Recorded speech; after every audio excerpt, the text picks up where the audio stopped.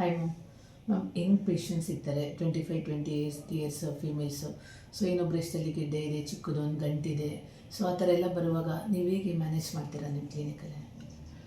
So ಇದು ಒಳ್ಳೆ question. ಈಗ ನನ್ನ ಪೇಷಂಟ್ಸ್ಗೆ ಒಂದು 25-40 ಇಯರ್ಸು ಈ ಥರ ಕಂಪ್ಲೇಂಟ್ಸ್ ಇಟ್ಕೊಂಡು ಬಂದಿರ್ತಾರೆ. ಬ್ರೆಸ್ಟಲ್ಲಿ ಒಂದು ಲಂಪು ಎಲ್ಲೋ ಪೆರಿಫರಿಯಿಂದ ರೆಫರ್ ಆಗಿ ಬಂದಿರ್ತಾರೆ.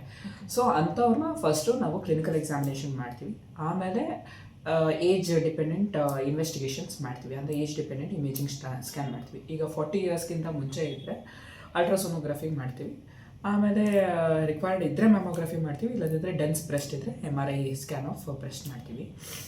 ಸೊ ಈ ಬೇಸಿಕ್ ಇನ್ವೆಸ್ಟಿಗೇಷನ್ಸಲ್ಲಿ ಅಟ್ಲೀಸ್ಟ್ ನಮಗೆ ಏನಿದೆ ಅಂತ ಗೊತ್ತಾಗುತ್ತೆ. Whether it is cancer, non cancer ಅಂತ ಗೊತ್ತಾಗುತ್ತೆ.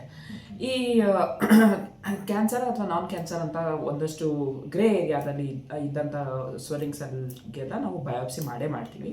ಸೊ ಬಯಾಪ್ಸಿ ಮಾಡೋದ್ರಿಂದ ನಮಗೆ ಒಂದು ಡೆಫಿನೆಟಿವ್ ಡಯಾಗ್ನೋಸಿಸ್ ಗೊತ್ತಾಗುತ್ತೆ and it guides the treatment, ಏನು ಫರ್ದರ್ ಟ್ರೀಟ್ಮೆಂಟ್ ಏನಾಗ್ಬೋದು ಅಂತ.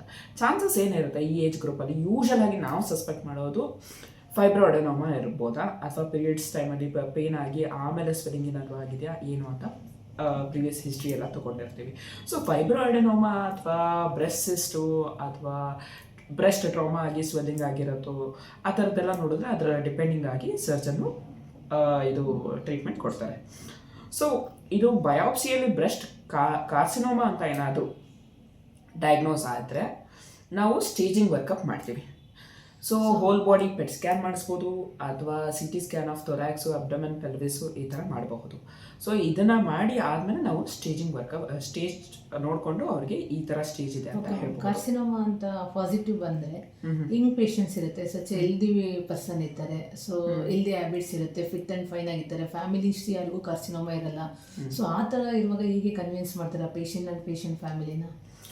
ಸೊ ಇದರಲ್ಲಿ ನೋಡಿ, ಬ್ರೆಸ್ಟ್ ಕಾರ್ಸಿನೋಮಾದಲ್ಲಿ 10-15% ಫ್ಯಾಮಿಲಿ ಹಿಸ್ಟ್ರಿ ಇರುತ್ತೆ ಅಂತ ಹೇಳ್ತೀವಿ. ಬಟ್ ನೀವು ಕೇಳ್ತಾ ಇರುವಂಥ ಪೇಷಂಟಲ್ಲಿ ಫ್ಯಾಮಿಲಿ ಹಿಸ್ಟ್ರಿ ಇಲ್ಲ, ಒಬೇಸಿಟಿ ಇಲ್ಲ, ಆ್ಯಂಡ್ ಮಕ್ಕಳು ಮರಿ 1-2 ಆಗಿರುತ್ತೆ.